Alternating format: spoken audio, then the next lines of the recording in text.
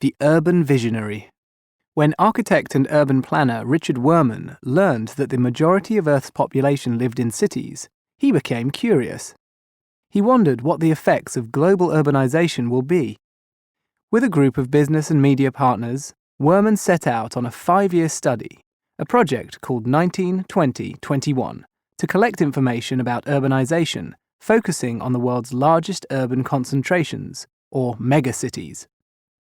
The project's aim is to standardize the way information about cities such as health, education, transportation, energy consumption, and arts and culture is collected and shared. The hope is that urban planners will be able to use these objective data to enhance the quality of life for people in cities, while reducing the environmental impact of urbanization. What draws people to cities? People flock to cities because of the possibilities for doing things that interest them. Those interests, and the economics that make them possible, are based on people living together. We really have turned into a world of cities. Cities cooperate with each other. Cities trade with each other. Cities are where you put museums, where you put universities, where you put the centers of government, the centers of corporations. The inventions, the discoveries, the music and art in our world all take place in these intense gatherings of individuals. Tell us about 19-20-21. For the first time in history, more people live in cities than outside them. I thought I'd try to discover what this new phenomenon really means. I went to the web, and I tried to find the appropriate books and lists that would give me information, data, maps, so I could understand. And I couldn't find what I was looking for. I couldn't find maps of cities to the same scale. Much of the statistical information is gathered independently by each city, and the questions they ask are often not the same. There's no readily available information on the speed of growth of cities. Diagrams on power, water distribution, and quality, healthcare, and education aren't available. So a metropolis can't find out any information about itself relative to other cities and, therefore, can't judge the success or failure of programs. So I decided to gather consistent information on 19 cities that will have more than 20 million people in the 21st century. That's what 19-20-21 is about.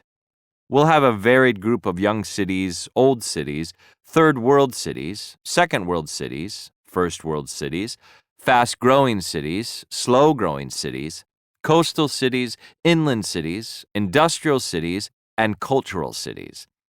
Much of this can be presented online, but we're also planning to have exhibits and urban observatories so that cities around the world can see themselves relative to others. What are some of the cities you're looking at? What inspires me is being able to understand something, and understanding often comes from looking at extremes.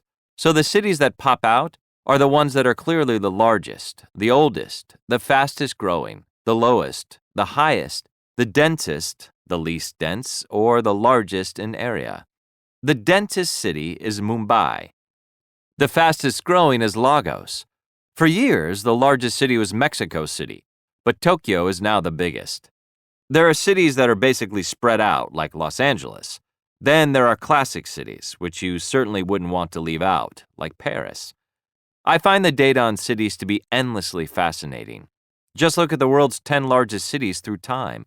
The biggest city in the year 1000 was Cordoba, Spain.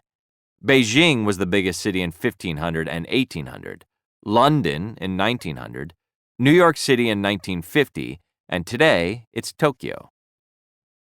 Cities are increasingly challenged to sustain their infrastructure and service. Can they survive as they are now? Nothing survives as it is now.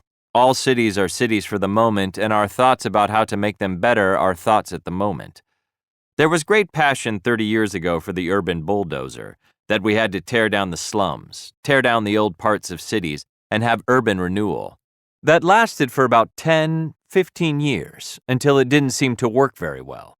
And yet the reasons for doing it seemed justified at that moment. It shows that the attempt to make things better often makes things worse.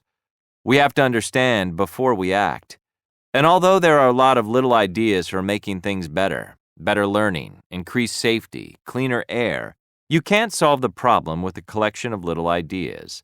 One has to understand them in context and in comparison to other places. The Urban Observatory. Werman's team has created an interactive online exhibit called the Urban Observatory.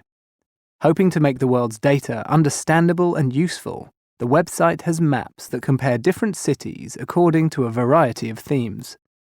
These themes include the types of occupations people have, the types of transportation available, and the quality of public spaces such as parks.